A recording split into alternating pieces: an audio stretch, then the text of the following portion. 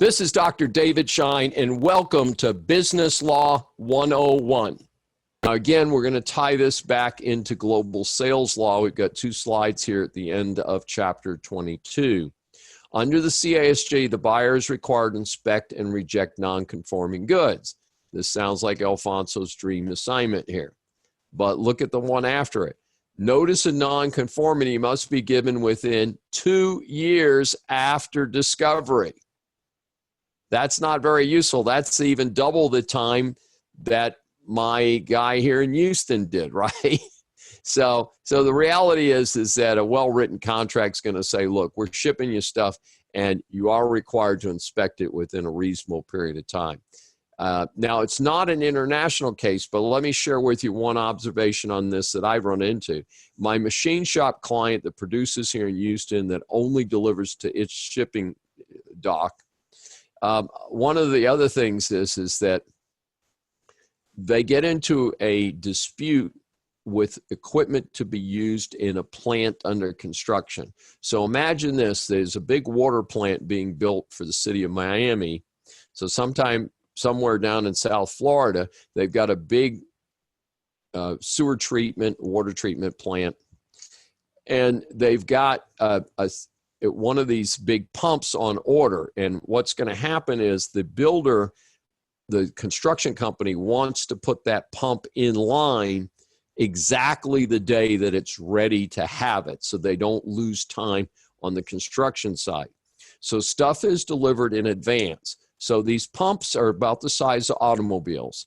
They're fully crated, and that crating is done by the seller. So the seller machine shop puts them on their dock. They're fully crated, ready to go, and reasonably well protected. The shipper then picks the goods up, takes them to Miami from Houston, and they're lined up. Now, here's where the rub comes in. The seller, my client, wants the inspection done right away. They don't want people fooling around later. They want people to, because the material could get damaged on the construction site. Other bad things can happen. So the seller wants the buyer to move forward expeditiously. So in any event, you do have that situation that comes up, and you want people to inspect the goods at a reasonably a good time. But the problem is here's the buyer's answer. We bought this pump and it's very critical to us, but we want it to stay in the big wood crate that's been built around it. It's on a skid with a big wood plate. And we don't want to have to take that protective crating off to check the pump now.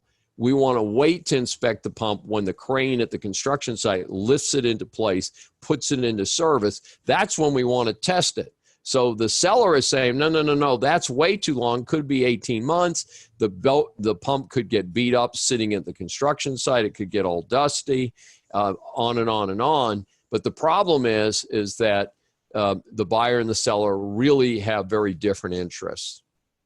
Again, I consider this 2 years after discovery useless. So I'm not sure why they suggested that.